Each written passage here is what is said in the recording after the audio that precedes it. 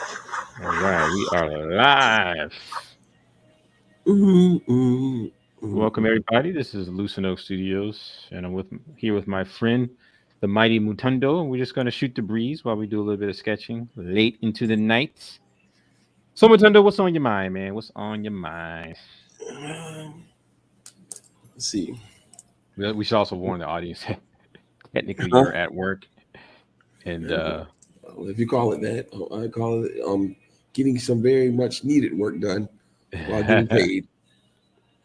But um, let, like, let's talk about how my lack thereof artwork and the artwork that's coming. I know I haven't put out. I haven't put out a lot output at all. Let's just call it what it is. But the idea that me and G Flux have been talking about is having little short scripts rather than having full on like traditional comics. And I'm working on this idea of a event that happened to me today. Mine's just going to be a little bit more comical than action packed because the situation was hilarious, honestly. I won't get into the nitty gritty and the graphic details of it. Just know that there's a soiled old man out there in the world today. you should be ashamed of yourself, dude. Why should I be ashamed of myself? I still don't see how I am at my fault at all. And if y'all can see you see what I'm working on right now. It's the first sketch. And if anybody out there can wants to recommend a good stylist, because that's one of my biggest problems with drawing on What this. And, what program are you using? using I'm credit rock. sorry, not program, but This one what that kind of came with it. computer? You know the little one that came with Put it up to the camera so that the audience can see it. yeah. Can you see it? I Yeah, mean, can you see it? yeah, I can see it. Yeah.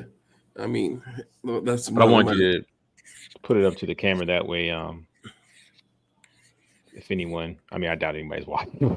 If anyone does see it, they can kind of give you some Well, recommendations. if anybody goes on and comes and watches the show, I'll take suggestions. Don't take criticism too well, but I will take suggestions. But but yeah, like so basically, I'm under the thought process of having the events of my life that I always find hilarious and turning it into comic form or script form. And eventually one day I hope to draw my full on book. It's never too late. But that's the cool thing about doing. If you do it in small segments, you can eventually compile it into a Compendium, larger yeah. book. Yeah. Yeah. Um if y'all haven't heard it before, the name of my idea is called Your Friendly Neighborhood Villain.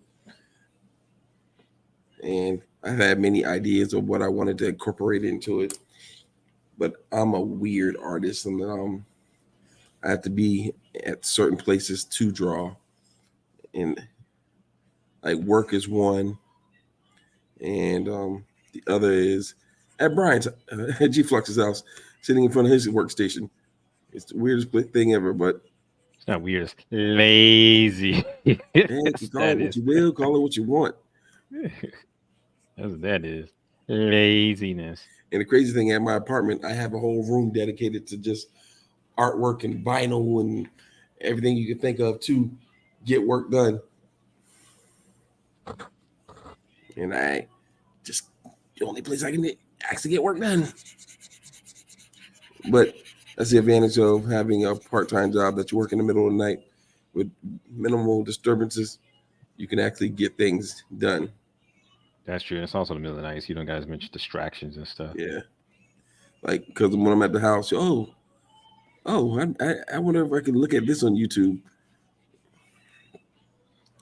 Um, and I know my character here has a big bulbous head, but eventually it'll shape out. I like the way it's coming out so far, though. So is But this gonna be like an older character or a? I, no, this is just a sketch right now, to be perfectly honest with you, because I just formulating on how I want them to look. This is going to be concept drawings, so this is just the Yeah. first one, and then I'm gonna draw the next one a little bit older. And the good thing about me, I can whip out a concept drawing pretty fast. But um,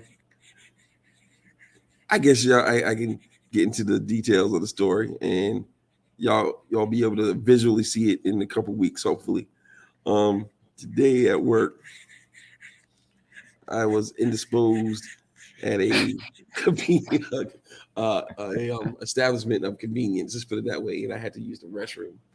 And this older gentleman, I use the term gentleman loosely, came and disturbed me While while you I were was on the doing my commode. business. When I was doing my business, and at first I didn't know who he was talking to, and I ignored the guy, and then Well, if you didn't know, like, if it was only there was only one commode, there was only one mode, so but why would you not know that that he was talking to you? because usually people don't talk to another person when they're sitting in, in the restroom. I find that incredibly rude.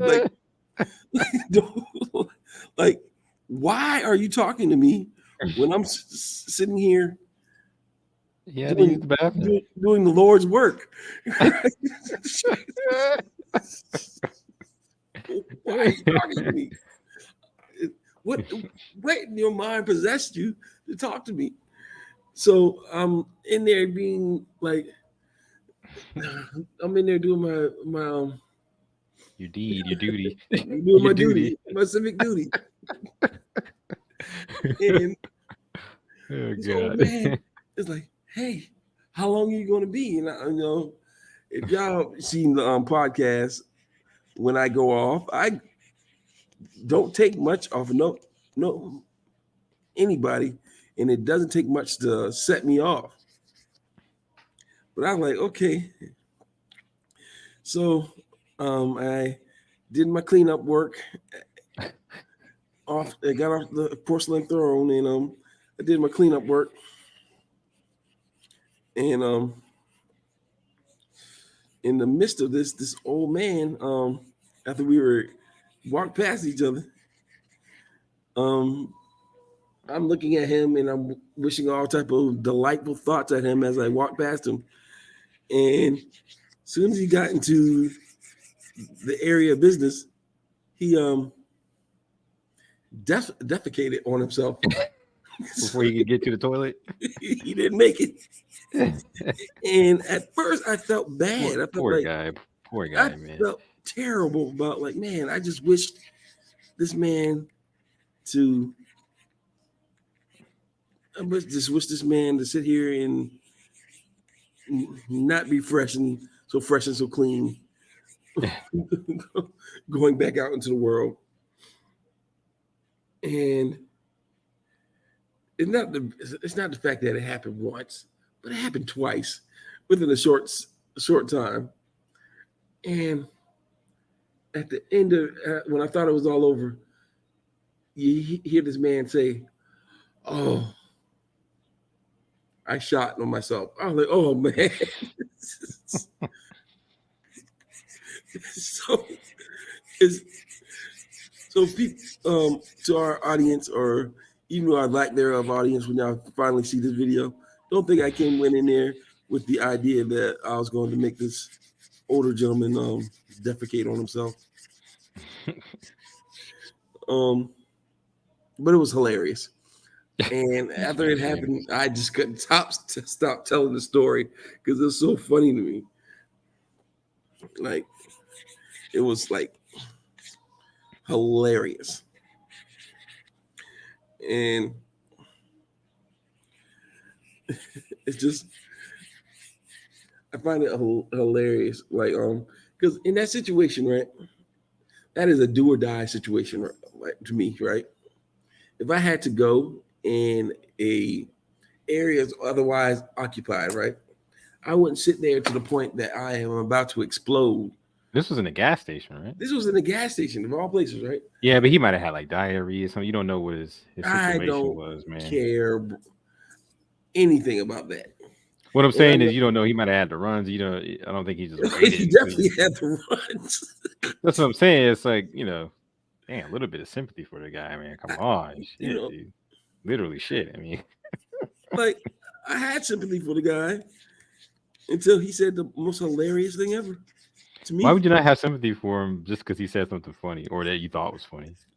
All right, the reason why the sympathy went out the window for this for the fellow is because, like I said, common courtesy dictates do Yeah, not but he was. do Come on, man. not disturb the What do you man. mean? What do you mean common courtesy? Okay, if he's All right, literally saying, "Hey, look, if you go, how long you gonna be?" Because he I was about to shit on himself. just, Forgive bro, him for being a little upfront. I Yeah. understand the aggression, Jesus but Christ. my thing about it is I would have found if I needed to go that bad, I wouldn't sit there and rush somebody off the toilet. You don't know what I had going on. That's why he asked you. He asked you politely, "Hey, man, He didn't ask me politely, hurry how up, long is it gonna buddy, take?" hurry up. I'm about to explode. I'm like, come on, man, I don't care. I don't care. Oh God. It's like I you're feel about to sorry about explode. Yeah, guess what? I'm already exploding. So that.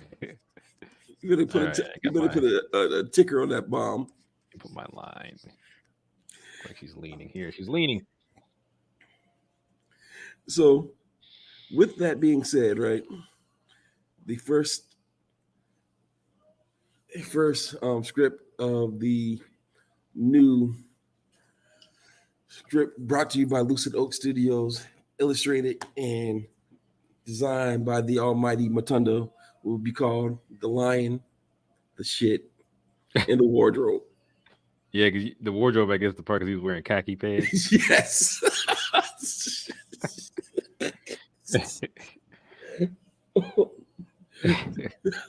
So, God. You ain't got no sense, man. No sense at all. and then, for those who think I'm just a heartless, evil person, You I are. am. You are. I am. I didn't have any qualms. Well, let's put it this way. I'll switch up quick. I like the compassion went out the window from this old man. Quick. Um, it's like I used to work with kids, and it was a little dude. I won't. He's not a little kid anymore. I think he was just man, and he might be. You know, it'd be funny if your character works like in a group home or something like that, and the kids are really like just mean.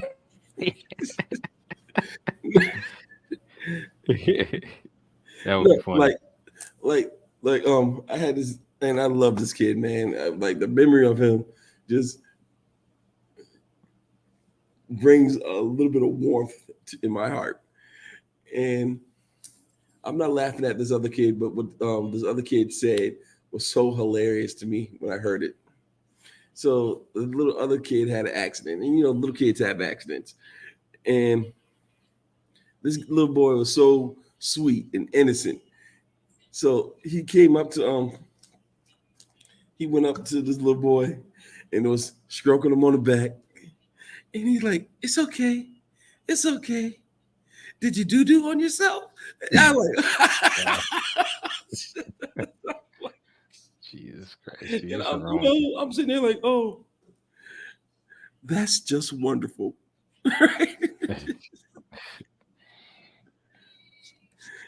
We now know why you don't work in a group home. No. because I'll teach Need. kids everything that they need to know and not need to know all at the same time. If that makes sense. Like,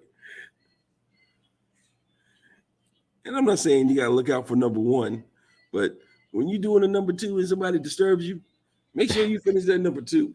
I'm sorry. That's how I feel about it. Poor guy. Hey, and give me some feedback on the sketch so far, folks. I Um, like the hairstyle. yeah, I like it too. Um, but there's so many things I can like this is year 40 for me. So 40, looking back 40 years of life, and this might be the younger version of the character. I was talking to my older sister today, and we were talking about the chicken incident out in the country. And I'm about to walk y'all through The it. chicken incident. There was a chicken incident. So at my grandparents' house, they had chickens and everything out there, and all the grandkids were chasing this black chicken around. I'm assuming this This is out in the country, right? Yeah, this is out in the country. Matter of fact, I'm not too far from there right now, and we're chasing. They're chasing the chicken around the clothesline, Are your and grandparents still alive? nah, they've been gone for a number of years. Oh, okay. Oh man, almost over 30 years now. Oh, wow, wow. Yeah, like I'm sorry. Sorry, continue your story, man. but yeah, my sister was leading the crowd. She was chasing the chicken back and forth around this thing, and the chicken got cornered by our kids, and the chicken jumped in her face. Oh, for real? Started attacking her. Hilarious. So I'm like, oh man, the chicken done beat you up, right? And don't. And the reason why I'm putting this out here is I believe self-expression is and putting a personal touch is the best way of having your artwork expressed. And that's the reason why I'm starting to put little shorts of my life. Like I'll tell you, there'll be a lot of um, like hilarious situations my character gets in. I'll give you an example of what I'm thinking about. My parents and our first house we ever lived in had Excuse me. security bars outside the on all the windows, and I had a abnormally large head for a kid, and me and my sisters used to play jail because my dad worked at the jail growing up, and you idolize your parent. So my dumb ass decided I was going to put my head through these bars and got stuck. And here I am, all of 4 or 5 years old, crying, "Daddy saved me! Daddy saved me!" Oh man, it's just like all the like hilarity of it. Like, So let me. So, are you doing a strip, or are you going to do like a little comic zine where it's only like 3 pages? I'm thinking about a script because it's not It's enough not like super material. long. Yeah. It's not enough material. It's hilarious material, but it's not enough material to be sitting there doing I can see the story you told being told in like 3 pages. about the shit, the chicken, Yeah. or the bars. The the uh the shit, the lion in the wardrobe.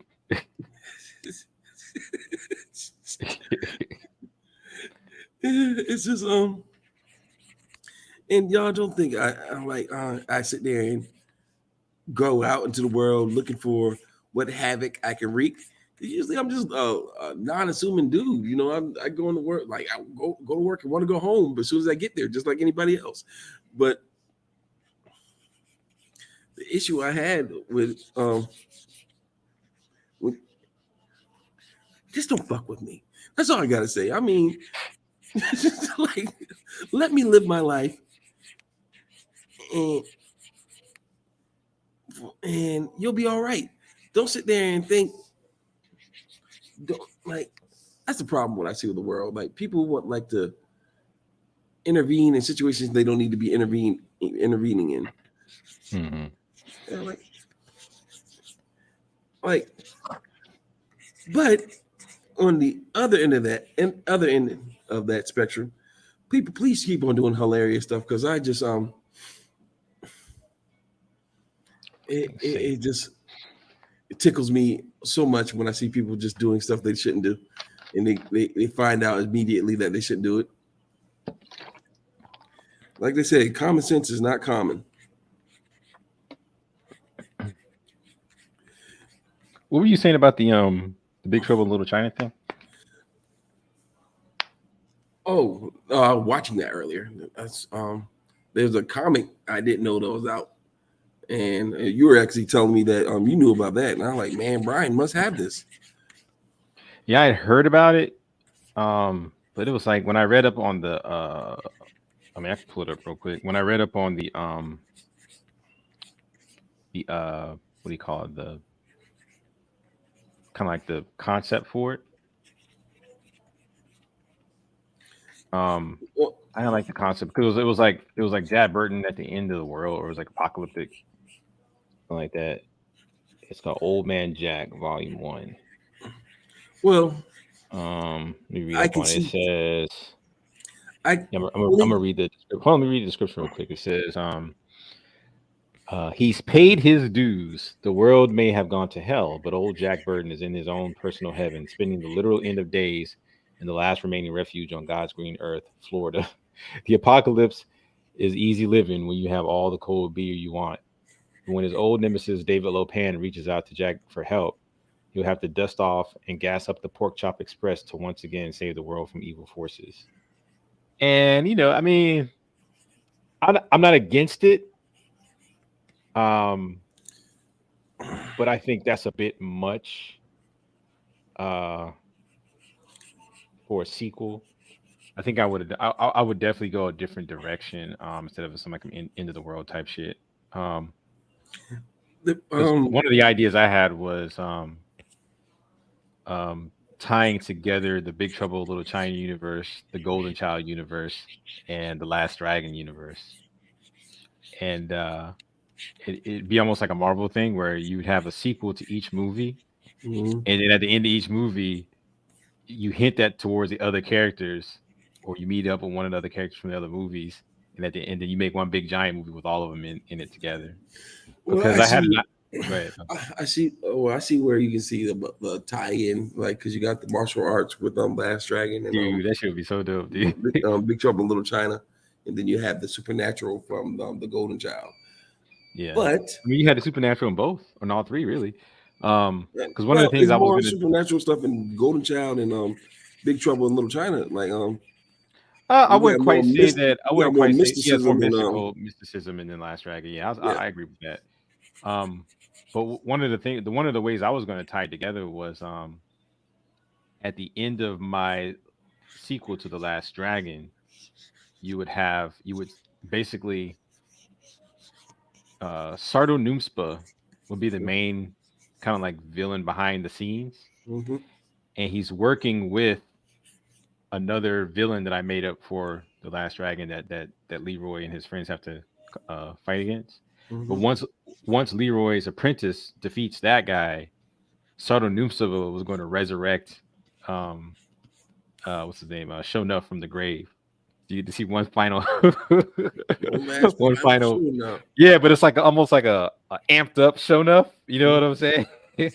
Because he's like he's full of rage and basically a half dead. Dude, Sure, man. I can see the visuals in my head. The junk will be so tight, dude.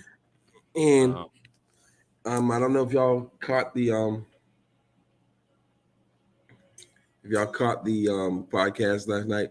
By the way, the Lucent Truth comes out every Friday, 8 p.m. Shameless plug, but this is me, so y'all, I don't care what y'all think anyway. I do, but I don't. So, but that's the. I didn't really, and I want to apologize for my behavior last night, but Carbon X gets under my skin. Y'all can see that every time he talks. But I still love the kid. Don't think it's any animosity there. It's just that's how families do. We bigger, we fight. Um, but that's the beauty of artistry to me, and I mean pure artistry. What he just said, I would have never thought about that. Bringing Shonuff back from the dead, because be honest with Yeah. you, I'm not the biggest Last Dragon fan, but I am a Shonuff fan. I am. I actually love every aspect of the character. I'm not the biggest like I said, like Last Dragon doesn't do anything for me, but that one character drew me into enough to watch that movie to the end. I'm sorry, man. Leroy Green is the master. Love the character, man. But I'll say this: I think that uh,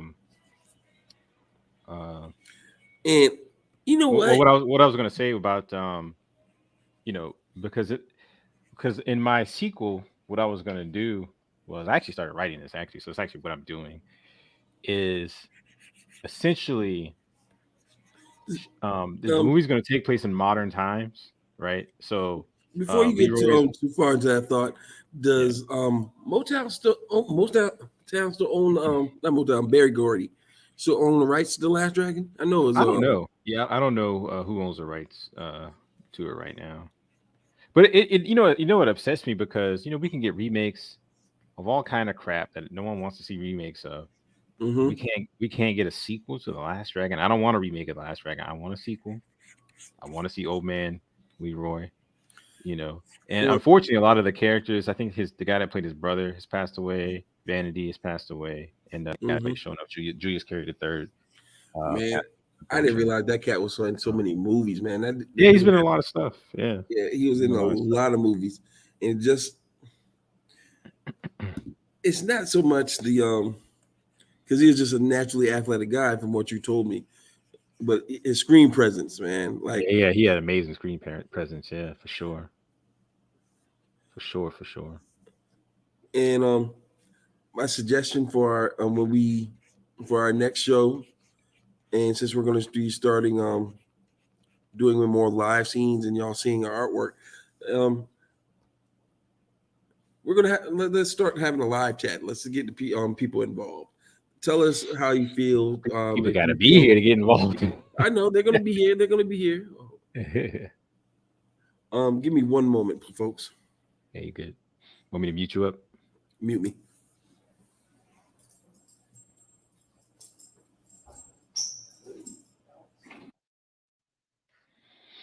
All right, guys, it's just me and you until Demetrius comes back, and I can tell you a little bit about what I'm working on.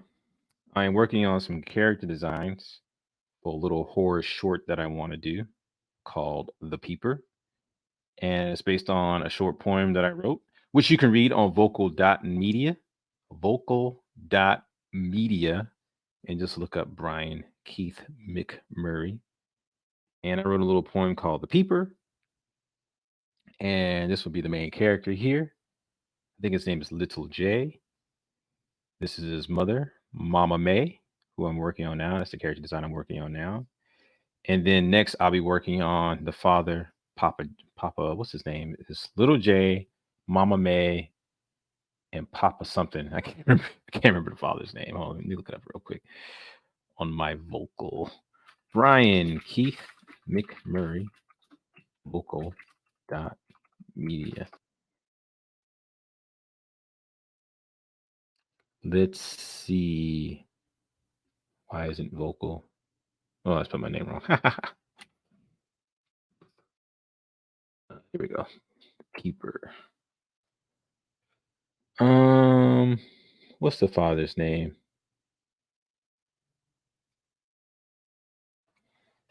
It's Little J, Mama May, and Papa Paul. I need to change that. It should all rhyme. It should be like Papa Clay. Little J, Mama May.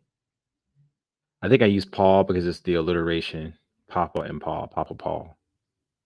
Yeah. And then Mama May. But Little J, there's no alliteration. So yeah. Well, I'll keep it. Papa Paul. So Little J, Mama May, and Papa Paul. But yeah, I'm working on a little short that I want to do, but I wanted to get the character designs done first before I start really going into it. In the poem, I think the poem has I think it has three parts. Yeah, it's not that long. I think it's three parts to the poem. Oh no, no, take that back. It's three, four. Yeah, it looks like there's four parts. But there's about. Oh, I can unmute myself. Damn. Are you back? Yeah, you can unmute yourself. Shit. Yeah, I was just telling the audience a little bit about the character designs I'm working on for the little short horror that I want to work on for a short poem that I wrote. The bane of my existence, drawing hands. Yeah, it takes some getting used to. My the bane of my existence is feet at certain angles. Like, and I don't mean like like any. I can draw a shoe pretty much any angle. It's a simplified shape. But man, Here. toes. Oh Mm. my god, toes and stuff like that. Trying to draw them things at different angles. Ugh, pain. Like I definitely gotta have references. Definitely gotta practice on that more. like um like the like right now I have the fist clenched on this one, and I'm thinking this I like it. I like the way it's coming out. I'm looking forward to seeing the cleaned up version of this. And for y'all, I'm gonna go ahead and show y'all something that y'all should have seen months and months and months ago.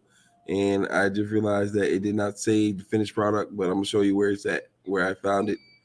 Um, this is my um, Oh my god, I think you've been working on it for like 2 years. yeah, but it still looks good.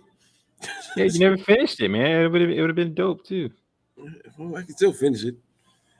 Yeah, when you gonna finish it? I was gonna work on it tonight, but I got to get to a starting point. When you leave something for a while, you got to like, oh, where can I go back to?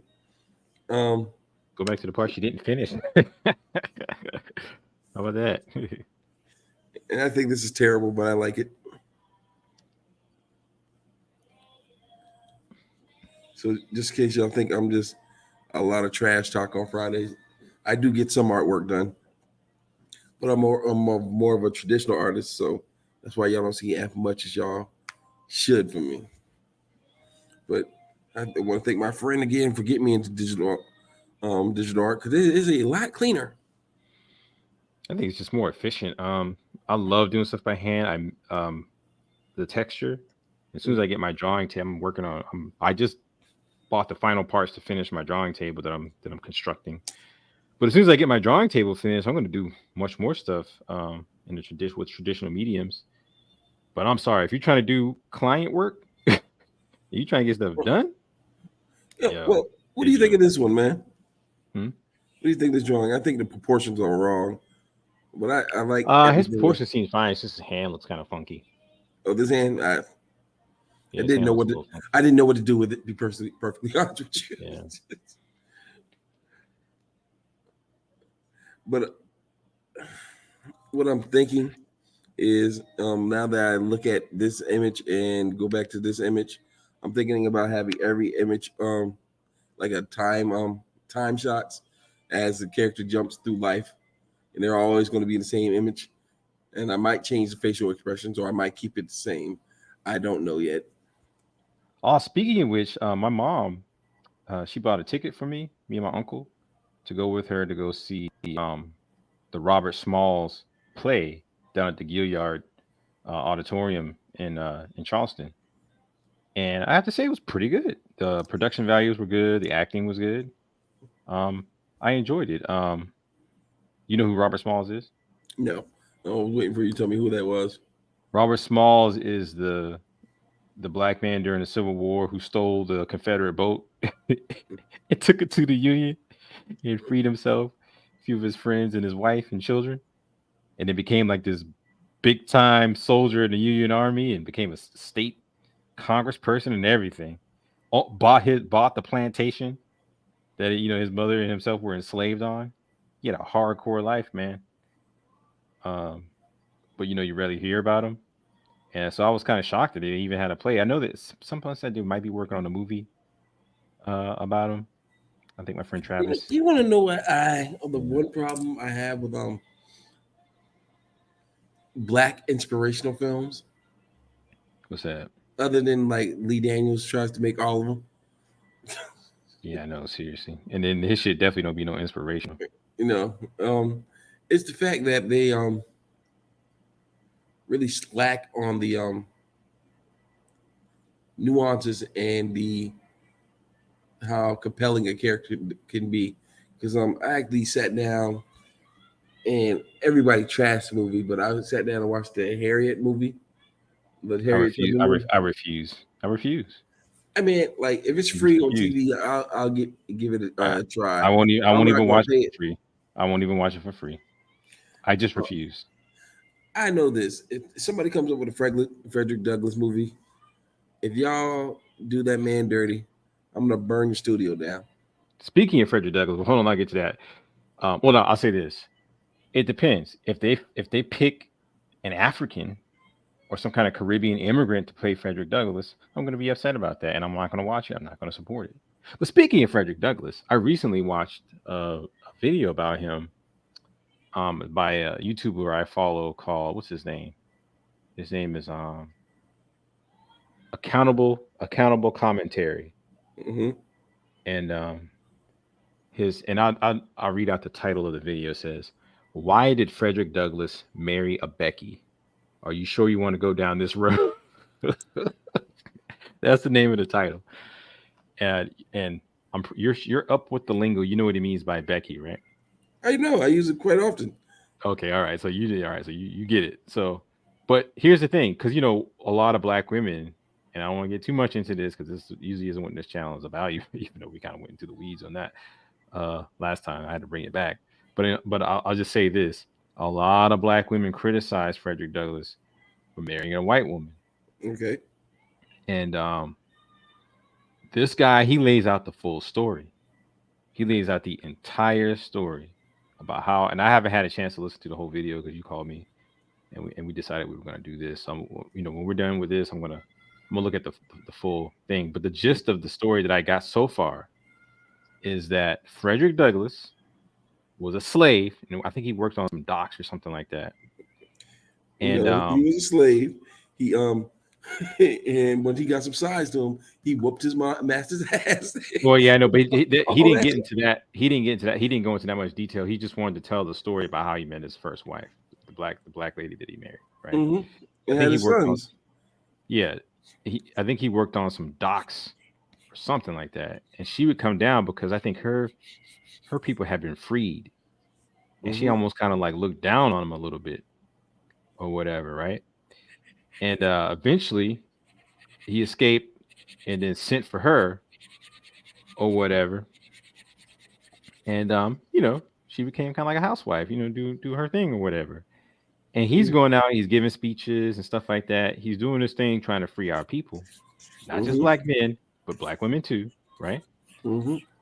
And he'll come home and he's getting kind of like shit from her because she says, he's always out there and she's always at home or something like that. And it was to that level, like, okay, this man's out here risking his life trying to get black people free, and you're fucking nagging him because I think she felt that she wasn't qualified to be in the same circles that he was running in, because he was talking to a lot of educated people. You know what I'm saying? Like some like low key, like just like jealousy type shit, right? Hmm. And she was kind of like taking it out on him, right? But now I don't know. I didn't watch the whole thing, so I don't know the full story. But the other thing he was highlighting was Frederick Douglass was working with white women at first. Trying to they had because white women had similar goals. They were trying to get the right to vote and stuff like that, right? Hmm. And so he had started an organization with Susan B. Anthony, but then he ended it. He ended the organization because he was like, I see what you guys are trying to do. White women are trying to ride our coattails, but we'll ultimately end up getting very little to nothing, and you'll get everything. So he's like, fuck it, I'm not gonna mess with these white women no more. And then he saw black women like Sojourner Truth and others at the time team up with white women, right? Go and Hmm. march with them, even though they were pushed to the back of the marches and whatnot. So it didn't work on black men, so they decided to go to black women. Mm-hmm.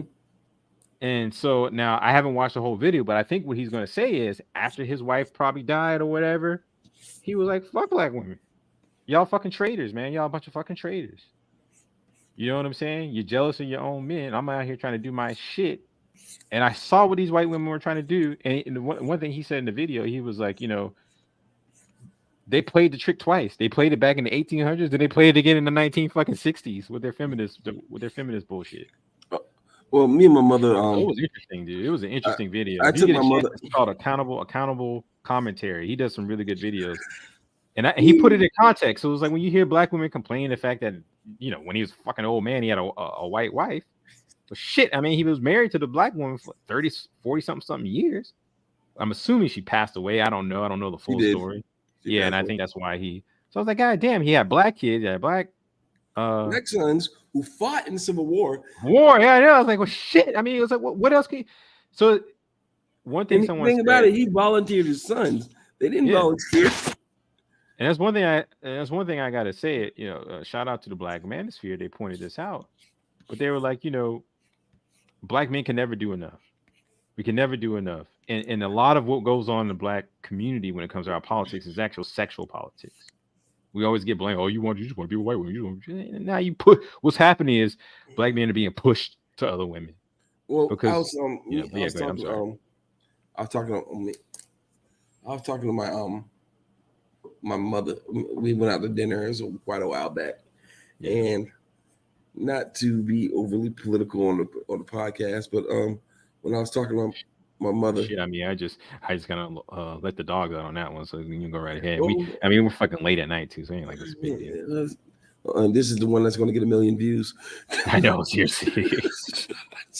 So but I like and it's not just a black woman thing; it's a woman thing. Women they mate strategically. Not all men, for the most part, we go for the here and now. No, I'm gonna have to stop you on that one. That does not happen. That mating strategically does not happen in our community. Black women mate stupidly. You see it all around you. They don't mate strategically. They mate stupidly. I have a friend, and I will never put a friend out there, right? But she is a beautiful, dark-skinned woman. Beautiful. Pretty smile and everything, right? But she has a penchant for the lighter flesh. Let's just call it what it is, right? Without trying to get canceled, because they'll cancel you for everything. And I asked her, like, yo, what's up with that, right? Like, and she says, like, it's not only her, it's not just a physical attraction. She told me that it's she's thinking for the long run. And I sat there and thought about that, sitting across from her at breakfast. I'm like, really listen to what she said. She's not thinking for the here and now. She's thinking in the long run when she needs to settle down or whatever. She's going to have that fallback. What I mean, fallback as far as what? Fallback as in Billy White, and I'm sorry to say that, is going to have her back. And I'm you said a what now? You said what's going to have her back? The white guy is going to have her back. Are you serious? I sat there and I'm like, and then what played in my mind. Look. I'll say this. I'm not saying that relationships between black women and white men can't be fruitful and healthy. I'm not saying that. But this is what I mean by mating stupidly, right? Mm-hmm.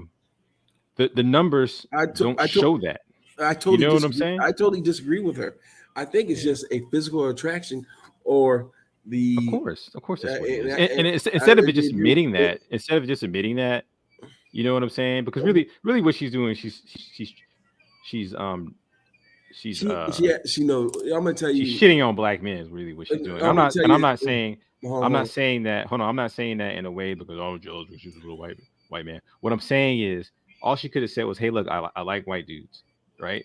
But no, Well, no, he's gonna have my back, like a black man wouldn't have her back. well, That's the point I'm trying to make. Yeah, the the part that let's call it what that this is where we did have a falling out, but this is where I basically my temper got the best of me. Once again, I speak my mind. I need to learn to temper that, but I'm 40 years old. I'm not going to change anytime soon. And I said, no, I think you have a buck breaking thing going on about you. To be perfectly honest with you, and she hated when I said that. we need a book breaking thing. I think she just wanted to be dominated by a white man. Well, I don't look. I I, don't know. I don't know about all that. yeah, man. I just think I think more black women need to be honest about their attraction to white men. Because what we get is a lot of lies about black men women are the most loyal, blah blah blah. But Lies.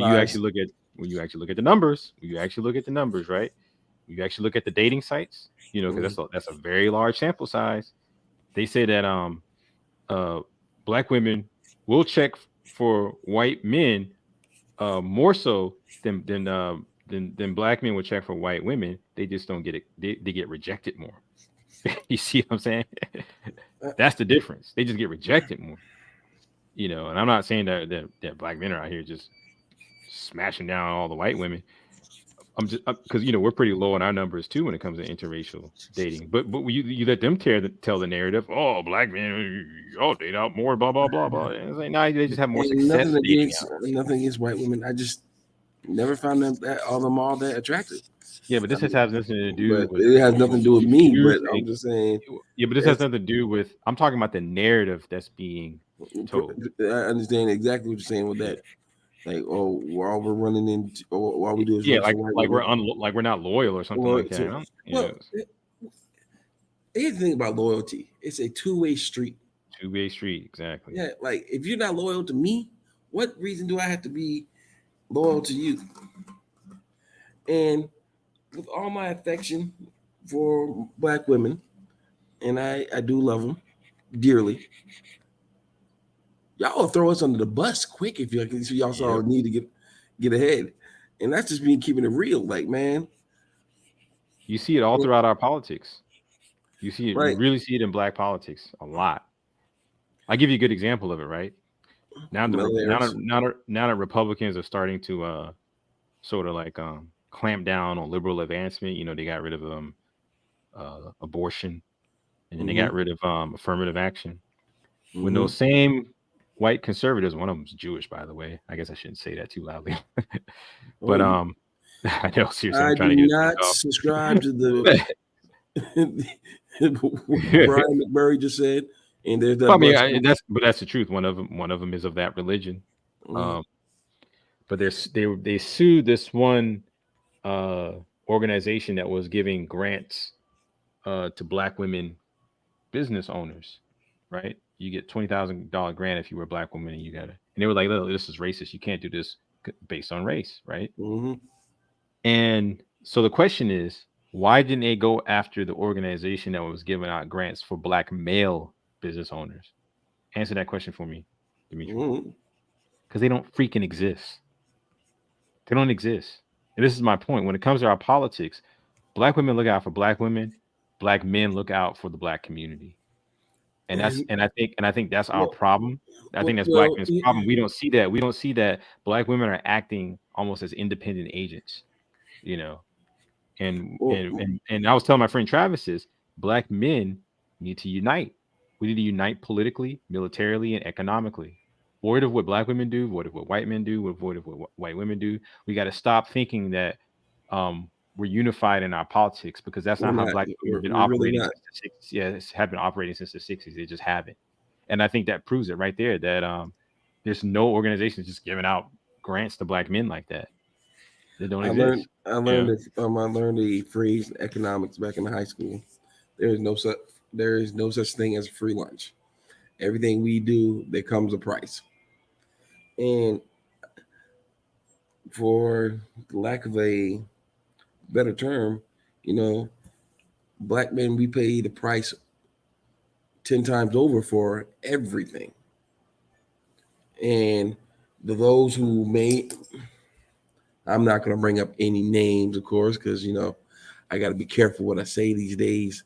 But those who do make it to the tip of the top, what do they have to sacrifice to make it to the tip of the top? Um, Indeed. I had I have my thoughts on a certain justice, and I won't mention no names, but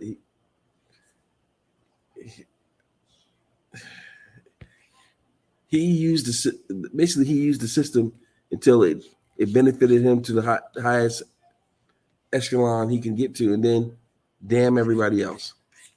Actually, And I didn't have a problem with it. I get a lot of pushback on this from, especially from older black people. I don't have a problem with them getting rid of affirmative action because you know why? You know why didn't have a problem with it? Because it ultimately benefited white women more anyway. it did.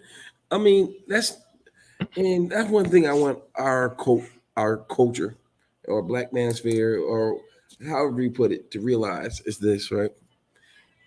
Our culture has given so much and we have such little to show for it. Yeah, because a lot of what they fought for during the civil rights movement was usurped by white And women, and LGBTQ, yeah, that's my other thing, right? and immigrants. So it's Uh, like, so it's And like, that's why the should I thing. continue to fight for something that don't really benefit me?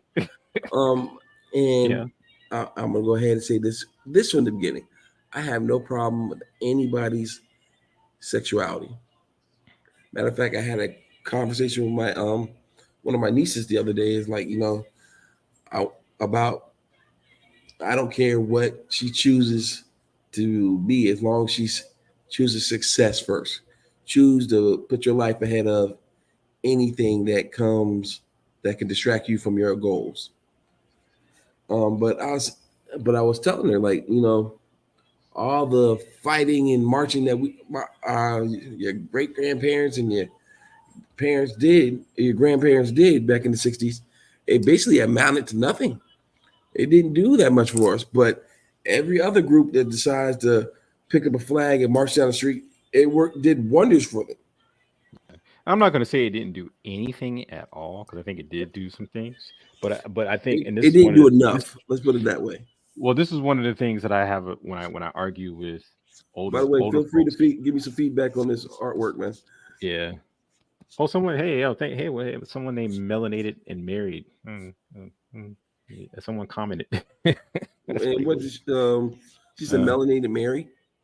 Melanated and Married. If you look in the comment section on StreamYard, Hold on, yeah, man. they're a channel that follow us, and I like them because I think I've listened to a couple of their shows, but it's a married couple talking about black marriage, and I think we need that. You know what Hold I'm on. How saying? do I see You comments got to at? go to StreamYard, see where the comments are. Private chat comments. Yeah. Okay. Oh, yeah. I'm gonna join the chat. I'm gonna connect it to YouTube. Ah, man, I gotta do a lot. You can chat right there in StreamYard. uh, hold on. I gotta allow all these things first. Thank you.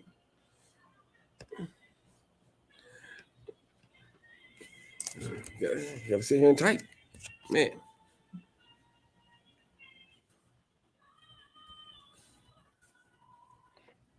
Yeah, I just thanked them for tuning in. Um, but yeah, I think that, well, I'll be honest, I don't think there's much hope for for the black community. I think it's pretty much over with the influx of illegal aliens.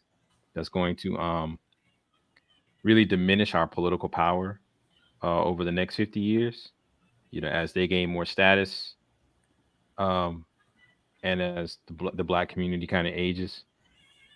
Because damn near 50% of black men don't have children, right? And don't have any kids. Um, And, so I was I think unless we do some drastic things, and I don't see us making it. before my father passed There's gonna be away. pockets. There's gonna be pockets of us, and then even some of those pockets are gonna get genetically assimilated into the larger society because you got because interracial marriage and dating's on the rise and stuff like that. Uh, Well, Shout out to BGS. I think BGS it more really he did a few videos showing how assimilation. Well, not only is it natural, it's just what people do. Uh, when they live in close proximity to each other, it's like they either genocide each other or they intermix. That's usually what happens, and it's no different here. So you got that going on. Then you got this saying that black wealth is going to be zero by 2053. So a lot of us is going to die off. We're not going to be able to afford to live here. I mean, We can shit. afford to live here now. I know it was like 60% of the homeless population, I think, in California is black. So it's already happened in places like California, where I think they were at one time 10, 15% of the population. Now they're down to 4. And then a good portion of that's homeless. It's over for black people in California. It's a wrap. Unless you're just like a millionaire, I'd be out of there. What's up with his eye, dude? Huh? Why does his eye look like that? Which one? Both of them. It looks like he's cockeyed or something. Like he's got one eye. Looking to the left. Like I said, feel free to chime in, man. Like that goes for the people out in the world too. Yeah. I like it. I like it so far. I like what I've come up with so far. Yeah, I like the overall design. Just this eye looks kind of. I'll fix that. I do need to fix his nose though. I don't like his nose. But and more and more I think about especially what you just said, like we're all big movie buffs, and one of my favorite movies as a group was I want to say, the Batman saga, except for that third one, like that the Batman Begins. Yeah, that third one was such trash, dude. I'm sorry. I don't care what anybody says. Batman Dark Knight Rises was a shit movie. It's a shit movie. I'm sorry. it sucks too because that could have been one of the best Dark Knight Rises of all time. Hold on. It was Dark Knight Rises.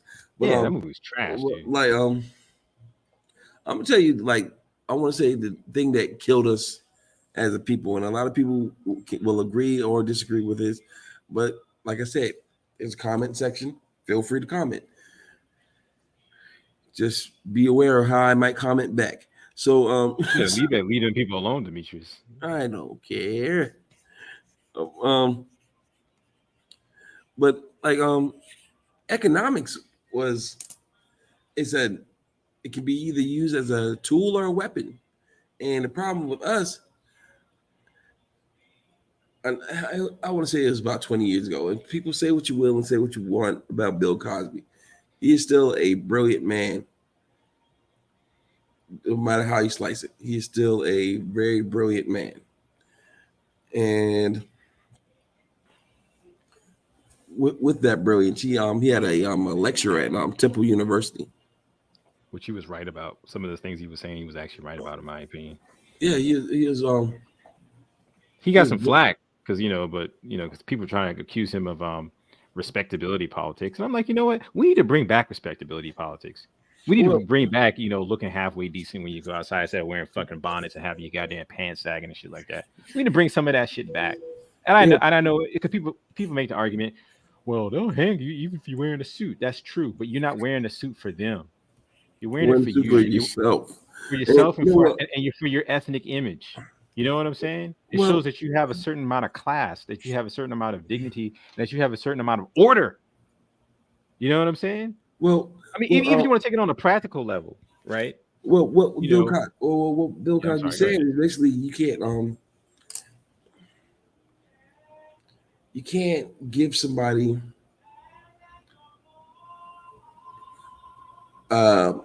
large sums of money and expect them to do the right thing with it without some type of education behind it. And right. You know who said that also? Fred Hampton. Fred Hampton said the same thing. He said that if you take a people who have been generationally destitute and poor and undereducated, right? If you give them the keys to the kingdom, right, they'll end up stealing more than the oppressors that were in there before, right? They'll end up tearing the society down faster than the oppressors that were in there before, because they don't have a political education. They don't know how to govern, and that's one thing I've always said about our black, like the black community, Mm-hmm. is that even though we were we freed ourselves from slavery, and I say we freed ourselves because plenty of black men fought and died and even survived the Civil War so that we can be free. So this idea that other people freed us, I always fight back on that. No, black men freed us, right? I, Oh, you got a customer. right. Here, I'll mute you up. Yes, I did. Okay, she ain't not scared of this y'all. Let me mute him up. Let me mute him up. But what was I saying? I was saying something about the Civil War and black people freeing us. Oh yeah, about Fred Hampton. And Fred Hampton said that. Oh, hey, what's up? I don't know who that is. Do I need to unmute?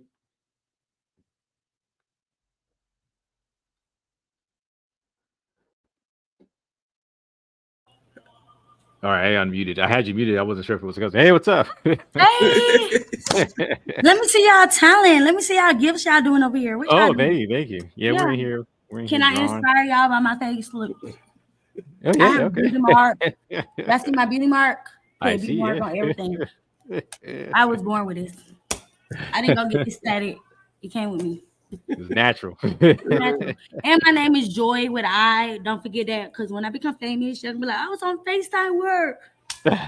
Joy with an All I. right. How does that work? J-O-I. J-O-I. Yep. Oh, okay. I'm thinking like what- How I'm that thinking word? Joy. Joy to the world. Duh. What y'all doing? Like y'all making cartoons? No, Why y'all got an eye right there? Okay.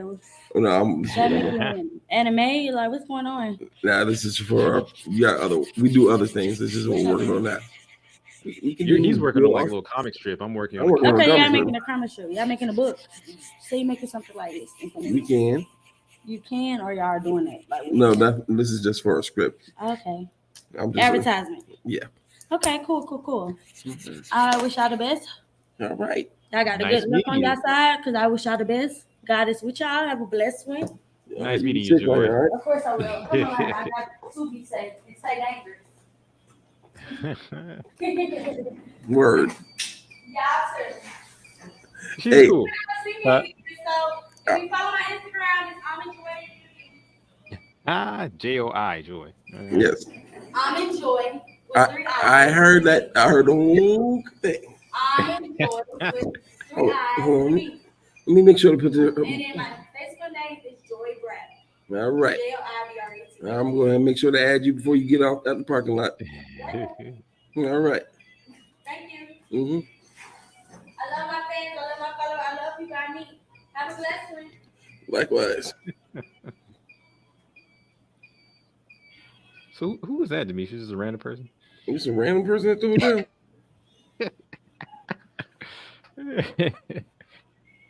Yeah.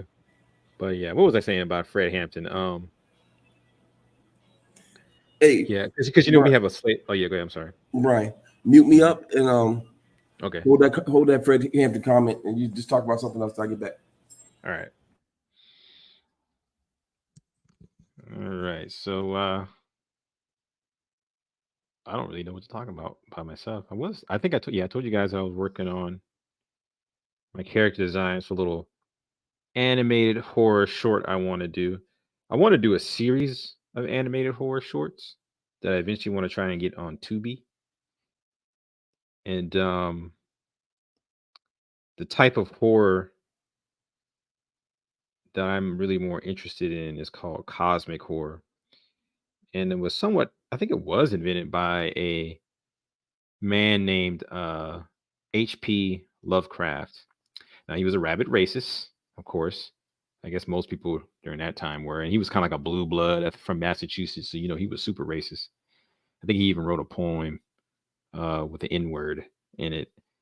But his genre of cosmic horror is kind of intriguing.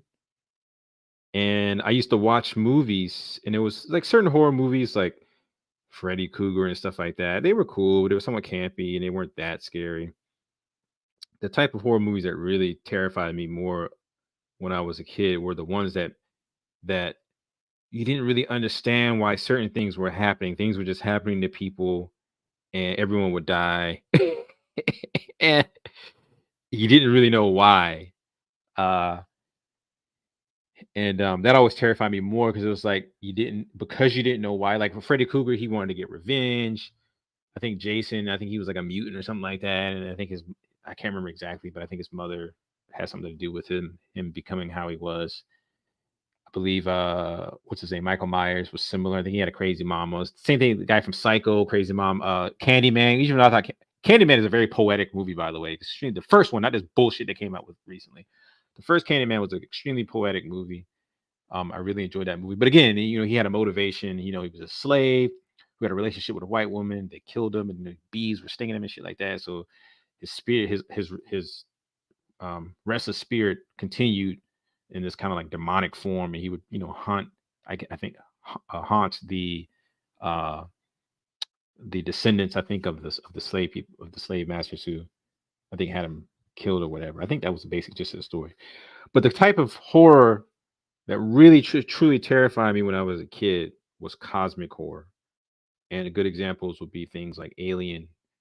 Um, Another good example would be the John Carpenter's The Thing, which was probably one of the best horror movies I've ever seen. Another John Carpenter movie that slept on. What are we talking about? I'm talking about cosmic horror movies, and the type of horror movies that I like, but it truly terrified me when I was a kid. But another one that's really slept on is called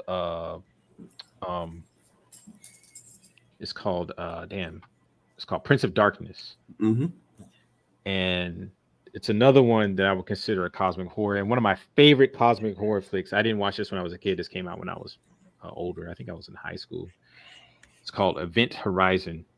There we go. Yeah, that movie was. So those are the type of horror short stories that I write. They're more cosmic horror driven. It's about man's relation to the cosmos, and I'm an existential nihilist, meaning that I don't think any of this shit means anything. I think when you look at the grand scale of the universe, and you look at the massiveness of it, to think that we matter in some particular way, or to think that any of this has really any kind of real meaning or purpose, I think is just a form of human what's the term I'm looking for? It's a form of human need to feel important. Yeah, but there's a term Hubris. in particular. Hubris. That's the word. Yeah, it's a form of human hubris. Now, that doesn't say I don't find meaning in things. Like I believe that you gotta make your life mean something. You gotta make your own meaning. So I'm not like some nihilist who just gives up and no, this doesn't mean I don't. But I'm just saying in the grand scheme of things, it's not going to mean anything. Eventually humans are going to die out. Eventually the sun's going to go supernova and destroy the earth. And it's going to be like we never existed. Mm-hmm. So that's what I mean by I'm an existential nihilist. Unless we figure out some kind of, some kind of faster than light propulsion, anti-gravity propulsion or whatever that's going to let us go to other habitable worlds, light years away, thousands of light years away, probably millions of light years away, probably. I don't see that happening. I think the way humankind is going, we're going to destroy ourselves before we can actually create any kind of technology like that, if it's even possible to create any kind of technology like that. I was watching. I forgot that's what I mean by existential. I hate to say it was some show on History Channel. It was about aliens. And can we just say History Channel has nothing about history on it? It's just a bunch of bullshit. I know. Yeah. Yeah. They used to call it the Hitler Channel because it's the World War II. Yeah, the history stuff they did have when it was always centered around World War II, which makes sense because it's defined so much part of modern history.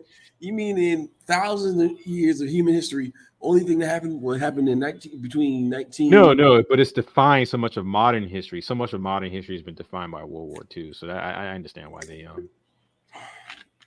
kind of. I'm just saying, man. I'm just saying. That's the only part. That's the only part that ever made any sense. I'm like, come on. But they had something about aliens on it, and this doctor, he says, all right, let's really think about this, right? say the aliens did come and they saw everything, basically all the bullshit that humans do. We are out here killing each other for no reason and destroying everything we build. Why the hell would they want to come talk to us? Yeah. Like, oh, you got a point. They'll probably see us if they were so advanced. They'd probably see us as like barbarians. And I don't know if you have our old format videos, like how we used to do. We used to meet up. Where did we used to meet? Yeah, we used to meet up at your house. You remember when we had the alien conversation? Yeah, we never released that one. We never released that one because Bless was going off the rails. I was like, I don't know if I can release this. He was going out there. I was like, I don't know, man. Like, matter of fact, we can talk about it now. I'll tell you about my one and only UFO experience. Like, I ask real questions, right? And like, I used to always think, like, why don't black people see Bigfoot and shit like that? And then I realized black people don't go in the woods like that. Word. All right. But aliens, right? I was actually reading up on things like in places where there are a abundance of, I wouldn't say abundance, but a thicker population of black people. And I'm not talking about in this country, but like if you go to like predominantly black countries, there are a lot of sightings of extraordinary occurrences. It's just not. You know what though? I mean, I think that when you look at the whole alien phenomena and the UFO or what do they call them, UAP phenomena or whatever, Mm-hmm. you know, here's my problem with it. Like, I'm trying to relate it back to what you were saying. Why don't black people see these types of things, or why isn't it reported as much? And I think part of it is because I think that in many ways. And Brian, I must say, before you get too far, I like the eyes in their original position. I moved them, and they suck now. No, it wasn't the position. Like the position on the one of the eye on the right side, I think was fine if he's looking over. It's just the eye on the left side look oval, whereas the eye on the right side looked like a circle, so it made him look cockeyed. Oh, okay. It was kind of weird. Yeah, I'll fix it. But I think when it comes to UFOs and stuff like that, it's kind of like almost like a stand-in for the death of God and religion in the West. Right? People want and need something to believe in, like some kind of higher power. Well, and I think that for a long time, black people in this country have been very religious. So if they did see something in the sky or whatever that was weird, they would probably chop it up to an angel or something like that. Whereas people in the dominant society who maybe don't believe in the religious stuff as much anymore, but the UFO nuts. Or they want to believe in it, so when they see something a little weird, then they automatically assume that it's that. Because black people have seen it, and there have been cases or whatever where they think it's that thing, or whatever. But to be fair, just in general, I am not convinced by any of the UFO argument. I used to want to really believe it, but I mean, even in today when we have all this advanced technology and HD and 4K and 8K cameras, and people got like really nice cameras on their cell phones, and we still get blurry photos. I mean, you see what I'm saying? Like, I need more. I just need more evidence to want to believe it. I was yeah, tell your story, because you said you were going to tell your story about when you saw one. Man, I was drunk. I don't know what I saw. I'll be honest with you. I know is I've never seen anything like or that now or then. It hasn't happened again. But in all fairness, though, right? The UFO phenomenon, you're right. Like, I'm on the fence about that, and part of it is a suspension of the want to know, the want for there to be more out in the universe than just us. But the law of averages is, it might not be spacefaring little green men, but there might be a civilization or even I can see that. basic life forms Yeah. that on one of these planets out here. But from what NASA, every time I listen to NASA about these new planets they find, they're more horrific than the last. They said they No, found they found something where they think that it's possible for, they found some super Earths and Earth-sized planets that were probably rocky, and they think that it's possible. But but our instrumentation to get readings on these planets, um, can't do it. yeah, I mean we can infer some things Hmm. based on like spectrometry or something like that, and or whatever. But until you're able to get kind of close enough to kind of see it, that a lot of that's uh, Speculation at best. it's not speculation because you can infer some things, but it's not enough data to really make a conclusive. You know what I'm saying? To on whether on what these planets are truly like. Brian, they said they found a planet where it rains diamonds. I mean, yeah, I seen that. I like it rains diamonds, and to an idiot that sounds wonderful. To a smart person like us, that's horrific. You got one of the hardest substances known to man raining down on you 24/7. Nothing would survive on that planet. Well, you Absolutely. gotta look. You have to look at it like this, right? Uh, a planet like that could be valuable, For as far resources, as yes. resources. Yeah, if you could get to it, and then also it But depends. See, right now, and some people call this uh, human hubris to think that life can only be carbon based. Some people think that if life is silicon based, then there's certain environments that a silicon based life form might be able to live on that carbon a based. carbon based life wouldn't be able to live on. Now I've seen some studies where they've showed that they've kind of disproven the idea that life can use silicon instead of carbon as a kind of like a basis. Hmm. But it's been a while since I read it. I have to look at it again. You I'm just like this. Neil deGrasse Tyson doesn't say anything about it. know. I like that dude. I don't care if he's wrong or not. He's entertaining. I generally agree with him on most things. I think his logic on most things is pretty sound. Uh, but he's a scientist, so he's going to look at things in a very empirical way. Well, let me ask you this: have you ever gotten in an argument with somebody that believes the flat Earth theory? Yeah, I remember Derry was kind of like he was kind of like flirting with it. He didn't go hardcore with it, but it's the same old arguments. Well, how do you know if you haven't gone out in space and seen it for yourself? I You're can just look at going the right sky and see by the it. curvature in the sky. No, you can't. You actually cannot see the curvature in the sky. I see what the hell I want. You have to go up a certain distance to see the curvature of the Earth. But there's other ways to There's other determine that. ways. There is a way that you can see the curvature of the I think Earth. one of them was like, couldn't you see the shadow of the Earth on the moon or something like that? I can't remember what it was. No, if you ever go out to the beach and it's a weird and it's not even a distance thing. It's a sloping thing. Let's put it that way. Because I noticed it one day. Like I rarely go to the beach, but they had a freight liner, a freight carrier, like a very large ship.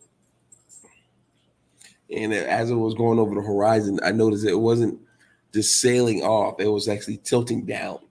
So I was like, okay, that's where the world starts dipping over. I don't know because, like I said, I think there's a certain distance you got. Oh, I see what you're saying. I see what you. I'm misreading what you're saying. You're saying because you saw the ship go over the horizon.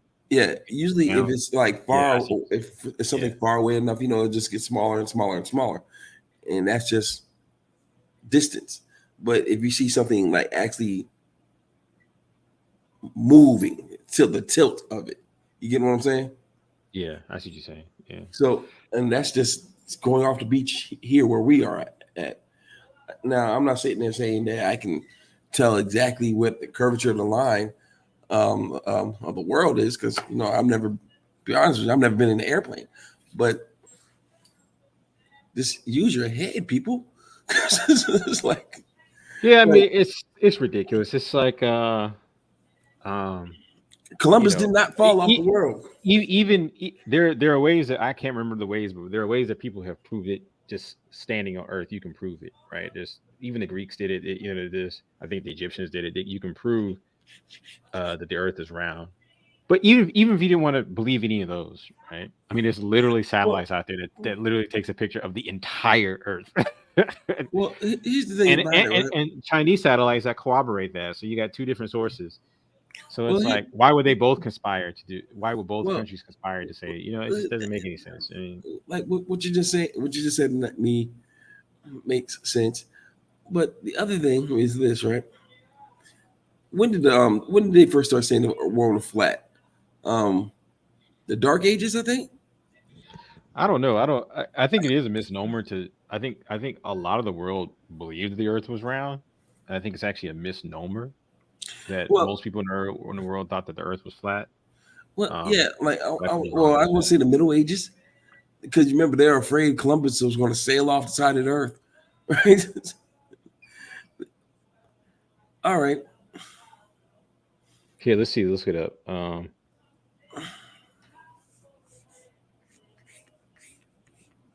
and by the way, Columbus Did was most people believe the Earth was flat in ancient times? I remember reading something where they were like, here we go. Let's see. It says mostly okay. false because the shape of the world was a subject that fascinated a great variety of ancient cultures. It is true that the earliest cultures for which we have records on this topic, such as the Babylonians and the Egyptians, do seem to describe the world as a flat. Okay, so the Egyptians thought it was flat. Yet, as trade became more widespread, and with it came an appreciation for and the study of geography and astronomy, the notion of a flat disk like Earth quickly came into question. Even then, a spherical globe was not the first solution offered. In the late 7th to early 6th century BC, the Ionian geometer Thales hypothesized that the Earth was a disk that floated on the ocean, so round but still flat. His younger associate, look at this, listen to this name, Anaximander, theorized that it was a cylinder, like a column floating upright in the center of the universe. Mm-hmm. It is not known. This is what that human hubris, thinking we're the center of the universe and all that shit like that. It is not known who was the first to suggest that the Earth could have been spherical in shape, but is often associated with the Pythagorean school. By the time that Plato was writing in the 4th century BC, the debate was well known, but a philosophical consensus may well have been forming. Um, let's see. Well, Plato has Socrates offer a definitive answer to the question, but it was perhaps Aristotle who was the first to really attempt to prove it. It's a topic he discusses in great detail in Book 2 of his work on the heavens, engaging with the various arguments that preceded him, well, using philosophical arguments and observations of the natural world. So it you says know, he hold on, here's my argument. let me finish reading. Let me finish reading. His Okay, conclusion is characteristically keep strong and talking. I'll be determined. right back. Okay, its I can hear shape you. must necessarily be spherical. Says this idea that the world was spherical became pervasive in the Hellenistic period. The work of Aristarchus of Samos, the first known scholar to argue that the earth revolved around the sun instead of the other way around, assumes that the earth was round. The great mathematician Eratosthenes must have believed that the world was a sphere because he offered a calculation for its circumference. By the Roman imperial period, it was an accepted model, with authors such as Pliny the Elder and geographer Strabo agreeing that the world was indeed spherical. So yeah, I think the notion that the Earth was flat by ancients is kind of a misnomer. So I think some people believed it, and I think even up in medieval times, maybe uneducated people might have believed it. But it says we were told that scholars in ancient India also believed that the Earth was spherical, while we do not have technical texts dealing with the subject. The Greek writer Megasthenes wrote that the people of India had All right. some similar views to the Greeks. So to Well, say that people in ancient times believed the world was flat is predominantly false. It was one early theory, but as people began to ask more questions of the world around them, it quickly came under scrutiny. By the end of the 4th century BC, the idea of a spherical world was more commonplace than any other answer. And Aristotle's work in particular was strongly influenced scholastic views on the question right through ancient medieval Europe. So okay. yeah, I think that's I kind of a have misnomer. Well, So, but let's say I have something to say to all the flat earthers around here, right? And this is going to tie back to the beginning of this little shindig we're having right now, right? Have you ever seen stagnant water? Because let's say the world is flat, right? If you put water down, like where's the water coming from? How's the water flowing around, right? The Earth. The last time I checked, if you just leave water, I see what you're saying. What's causing the waves and the waves and wind? everything. Like something Yeah. had to be in motion, and like last To time I be checked, fair though, if it was a flat disc and it was spinning, I guess if you would get a similar effect. I don't know. but I don't know. the, I don't know about that one. here's the thing about spinning, right? Here's the thing about it, the world spinning, right? Well, if the way they're saying it's spinning is this: it's like a record. You get what I'm saying? Yeah. So basically, at one part of the year or one time the year cycle, that Antarctica's at the top, and the poles switch basically, and that makes no sense because last time I checked, yeah, the water goes from left to right. It doesn't go, or even like check anything below the equator. Like if anything above the equator, water goes. I believe it's clockwise, and anything below the equator goes counterclockwise. It's a spear. It's spherical. That's how spears work. But hey, believe what you want to believe, people. I'm not here to sit there and tell you what you want to believe. I'm just here to tell you you're wrong. I get why people. Well, some of it's religious people because they think that the Bible. I think the Bible does kind of hint at the Earth being flat and the firmament and some crystal dome around us and some shit like that. Some of us are religious people doing it, and then some of it is the government has lied to people so much that Mm-hmm. they don't trust scientific authorities. And I get it, especially black people, because we've been experimenting on this shit like that. Yeah, Um, people, you're idiots. so You're huh? jack. Some People are people are idiots. stupid. Yeah, some people are stupid. I give them that too. But I Mhm. get why. Um, people start to question things like that because it's not as intuitive as most. I mean, we take it for granted now, but it's not as intuitive. I think most people who believe that the Earth is round or know that the Earth is round, I should say.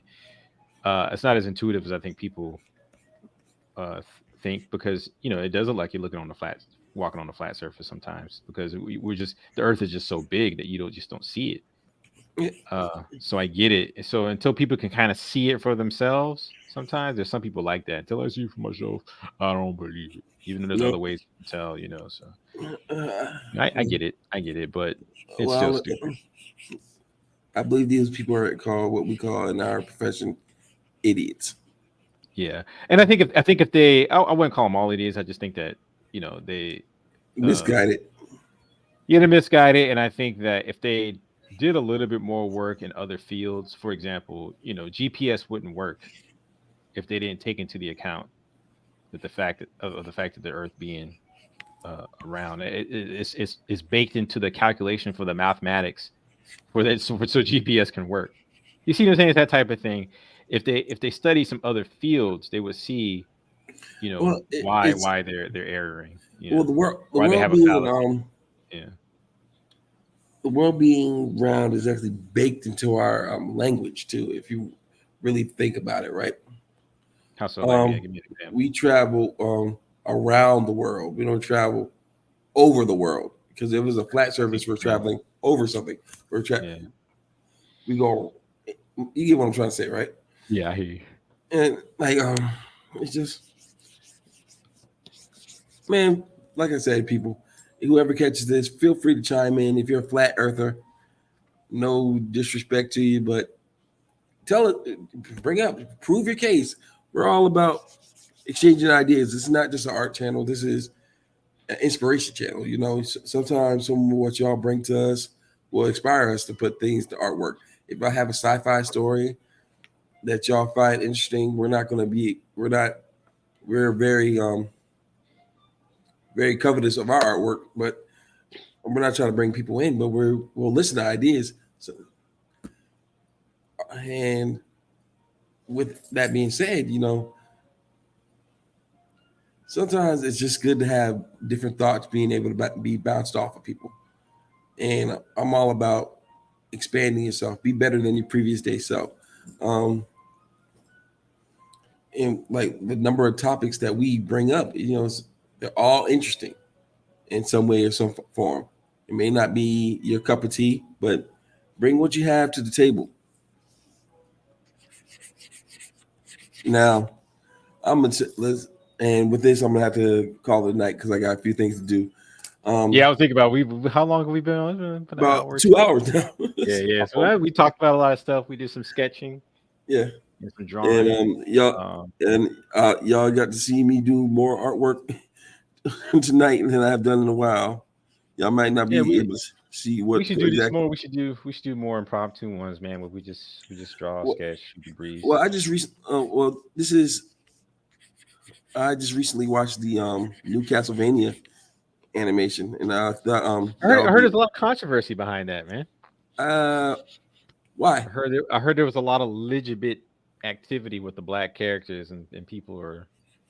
If you look at the Rotten Tomato scores, like the audience score is like really low, but then like the critic score is high. A lot of legitimate activity with the black characters, and people are like, I'm going to skip this one. A lot of what activities? Legitimate. Shout out to Art Newstyle. I think he coined that. The LGBTQ. He called it legitimate. I don't remember any. I don't know. That's what I heard. I haven't seen it, so I don't know. I watched the whole thing. I don't remember any. I'm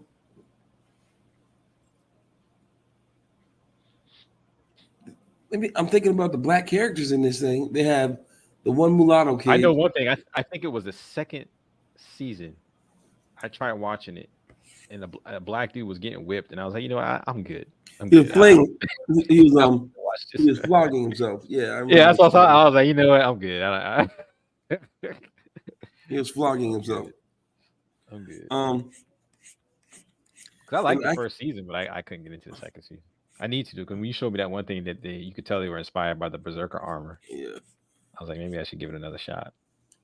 Oh, and people who are into Berserk, like I am, and let's just recant that story, and that's how we can end the night. Brian, how did you get into Berserk? I can't remember. I think I let you borrow the DVDs. Is that what it was? I know one thing. I watched that thing from beginning to end. It was that engrossing. Well, yeah, I have to say it's probably one of the best. It's definitely in my top 10, probably my top 5 of best animes. This is how I got. It didn't even finish it. It kind of ended. Yeah. A lot of my favorite animes in my top 5 never really truly ended. Like Hunter x Hunter, I think is my second favorite anime. It's kind of, I guess, it's a manga. Manga didn't finish. The thing about Hunter x Hunter is this: Hunter x Hunter, it's that whole dynamic is great. I never got into it, but his wife, the guy who Togashi, that does Hunter x Hunter, she created Sailor Moon, so she's probably more. Right. Yeah, I heard about that. She's probably more impactful than he is because he's known for his animation. He also did Yu Yu Hakusho. Yu Yu Hakusho, which is probably in my top 10. I won't say my top 5. We all know what's top. That Hunter x Hunter boy. Talk about like good drama and just well-written characters. Mm-hmm. And that junk is good, dude. And then but like he's in a lot of pain. Like he has a lot of health problems. But he's been working on the manga though. Yeah, he's still working on the manga. That's the thing about him, that like he might be going hiatus, but he's still working on it. And Kentaro Miura, God bless him. We've talked about this before in the channel. It's just the sheer the one thing I like so much about him is you can see the growth in his artwork as it went on. Yeah, like when what I got, because I had the special editions at the house, and when you could tell from volume 1 to volume 11 that I got at the house, that man, He's got better over time. Better over time is an understatement. He honestly blows that away any artist I can think of that's a mangaka. Yeah.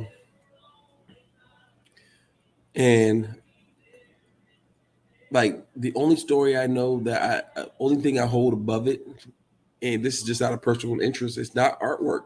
It's Dragon Ball, just for the impact of Dragon Ball. But yeah, other and Akira Toriyama's a good artist too, man. he's a damn good artist. He's more of a but cartoonist. He's more of a cartoonist.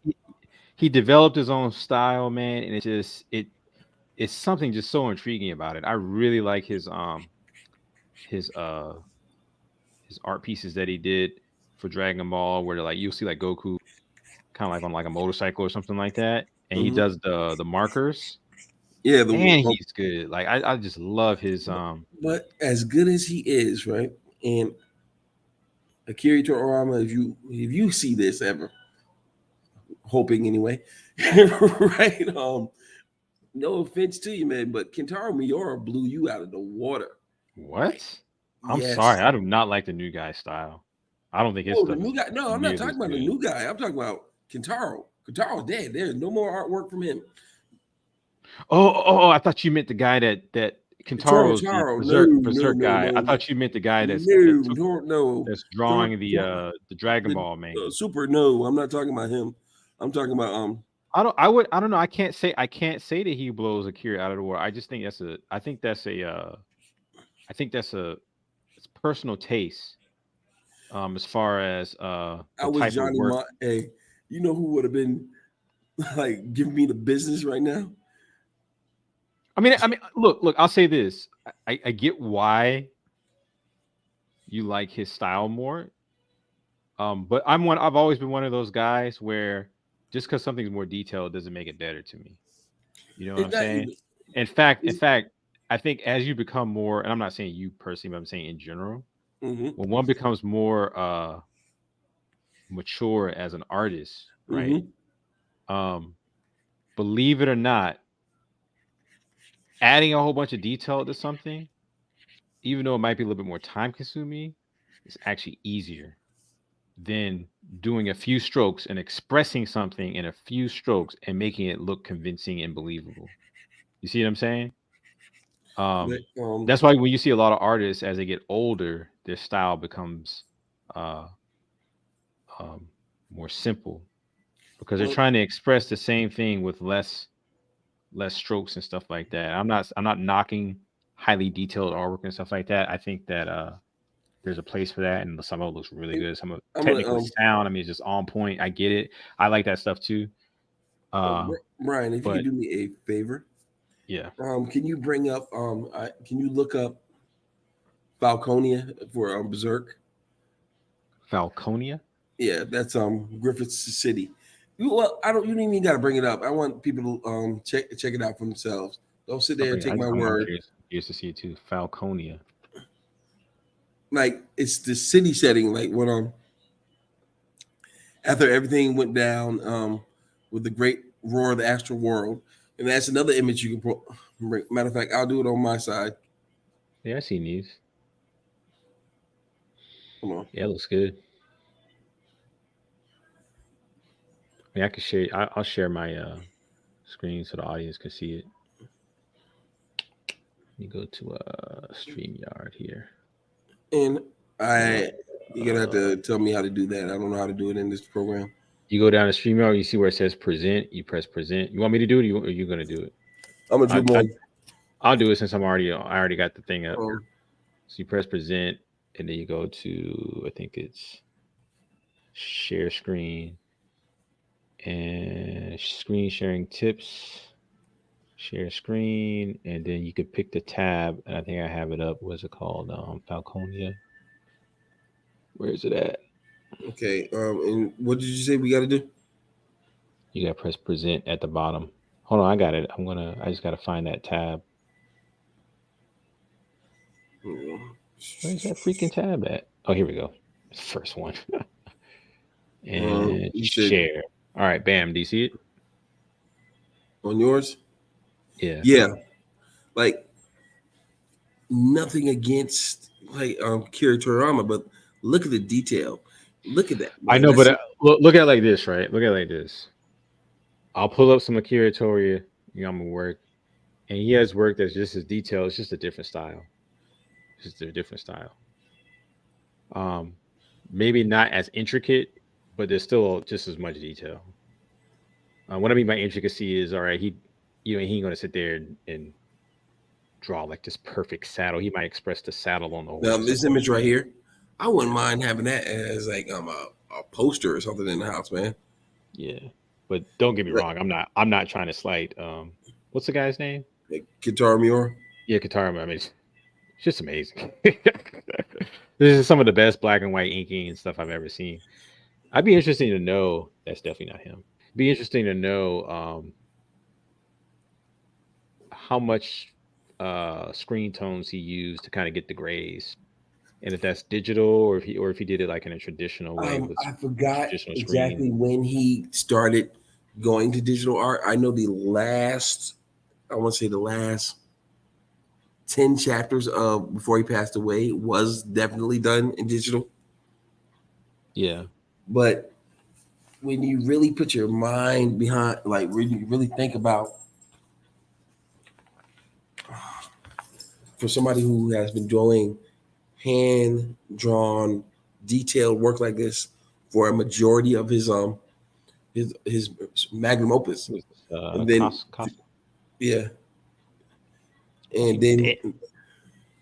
then he jumps over to a digital. Matter of fact, I think Falconia was done in digital. For him to then jump Yeah, over to that level of work, it almost loses something when someone colors it, don't you think? I'm sorry, When someone colors it, like if someone colored it right here, it almost loses something. it does Like do something. I like the black and white better. There's a way to color his work, but I think you shouldn't put shades on it. I think you should use flats when you color his work with a few gradients, and I think you would Well, still get a good and effect. But that trying to goes back trying to make it that look like goes a back to painting, I think this it feels like my beginning question it's with from a us, right? hair. Now this is Hmm. tight. I like the Skull Knights fuck up. That's what we like to I don't call like I don't that. like the color. I don't like the coloring though. That's what I'm saying. But Like something like this, like flats, I think works better for his work since he already has a lot of detail in the inks. mhm. Now like I'm we're gonna have to call it a night to Yeah. tomorrow. We were supposed to call it a night like 10, 20 ago. Yeah. But I'm tell you how I got into Berserk, and then we can just go ahead and separate for that time being. When I had a boss named John, and John was me and him used to talk Dragon Ball and Street Fighter all the time, and he told me like, "Hey man, you got to watch Berserk," and I'm like, "Watch Berserk?" I'm like, "Why?" He says, "Man, just watch it," and I'm like, "All right." So I borrowed the DVDs from him, and I fell asleep during it because it was kind of a slow burn at first. Yeah, because you see that one thing where he kills like the snake demon guy, Yeah, and and then it you're goes expecting back the to the whole past. Yeah, I love that they did that though, and they really built those characters up, man. yeah. They did So a good you're, job you're with expecting that through the whole series, and I'm like, oh that. man, this is terrible, right? Yeah. And I fell asleep, and then I woke up on episode 25, and man, I'm like, oh, well, I missed a hell of a lot. What the hell is this? And I just had to find out more. And at the time, Berserk 97 is what they call it. But at the time of Berserk 97, the animation, there's so much just in that small bit that was out by 1997 because the manga is still ongoing today, even after the author's death. There's so much that they couldn't fit in to that first Yeah. series. And I was like, man, what's I'm going sorry, on I here? didn't like the 3D I, I things that they like did. the They, last movie. they cut too much out, man. Well, yeah, they did, but I like the last movie. I hated the 90. I The hated 3D this 3D series. 2016, 2017 That shit series. was And as much as I'm a fan, you know, you have to have when say we're ever given the privilege and honor of adapting somebody's work,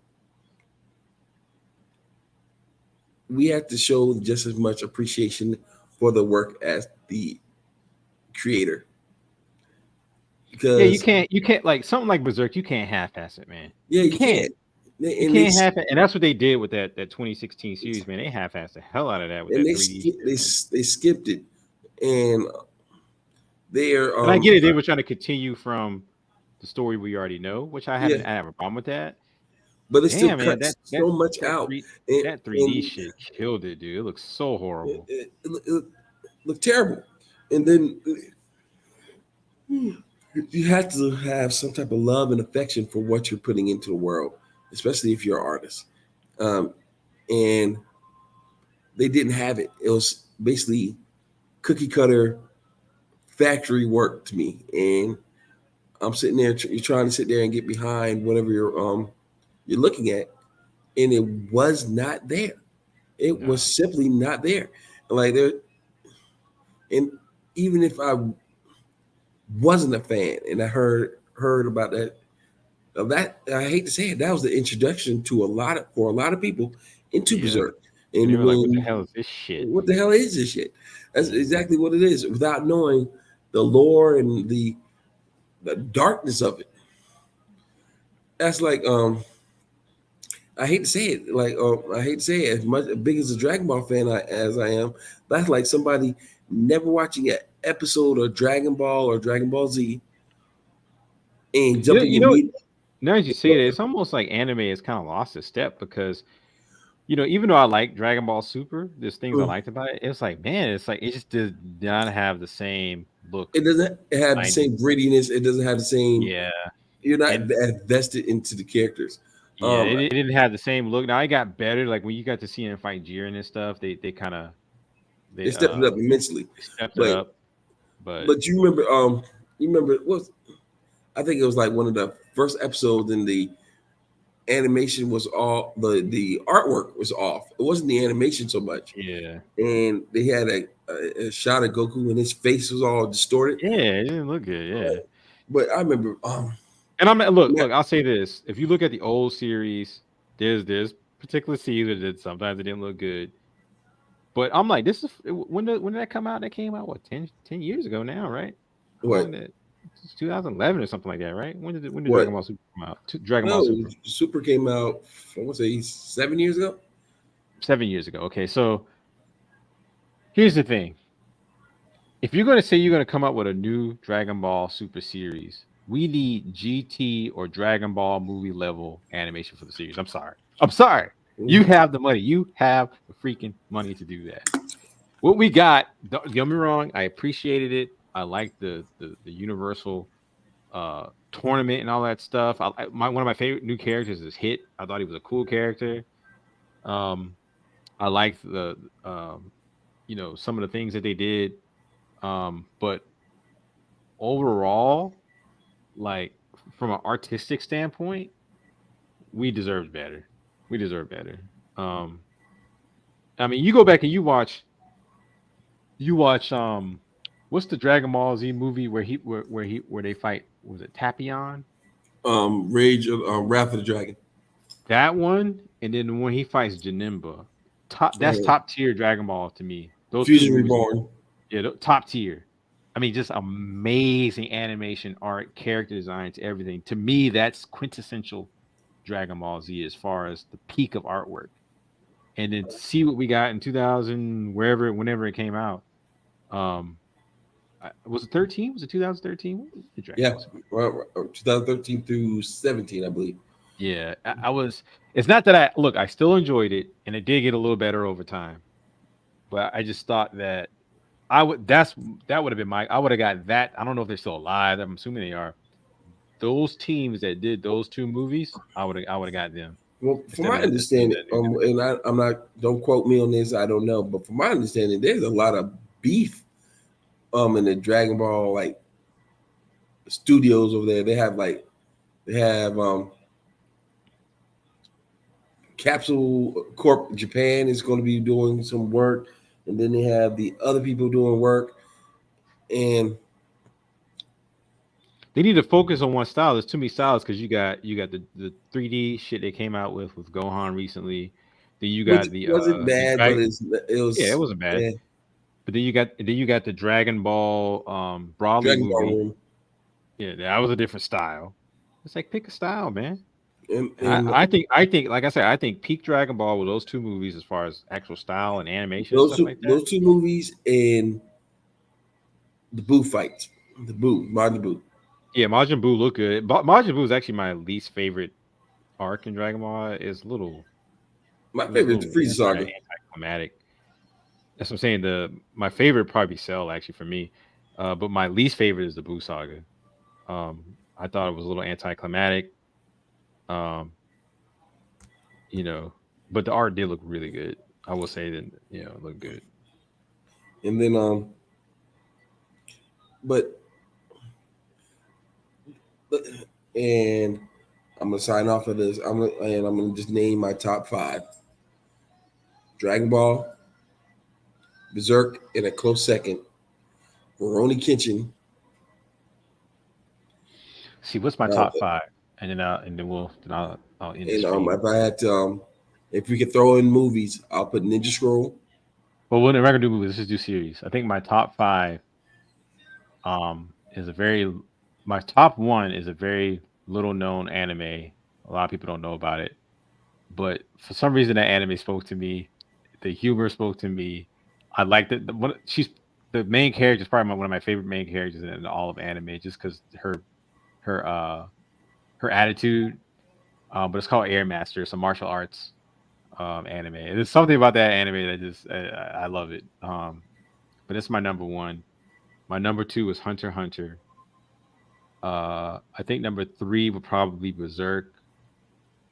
Um, Number four for me would probably be Claymore. I loved Claymore. If you want to talk about what would make a good adaptation to a live action movie, I think Claymore would make an excellent adaptation, a live action adaptation. Um, Gantz, I really really like Gantz for his weirdness, and it looked really good too. Let's see. You're at 5. What's my Yeah, boy? I think that's it. I was trying to think of some other ones that maybe I missed that might should be higher up on the list. Let's see. But as far as series, I think those are some of my top ones that I really really And enjoy. I'm not even saying it doesn't even have the best animation. Dragon Ball is in my top 10 for sure.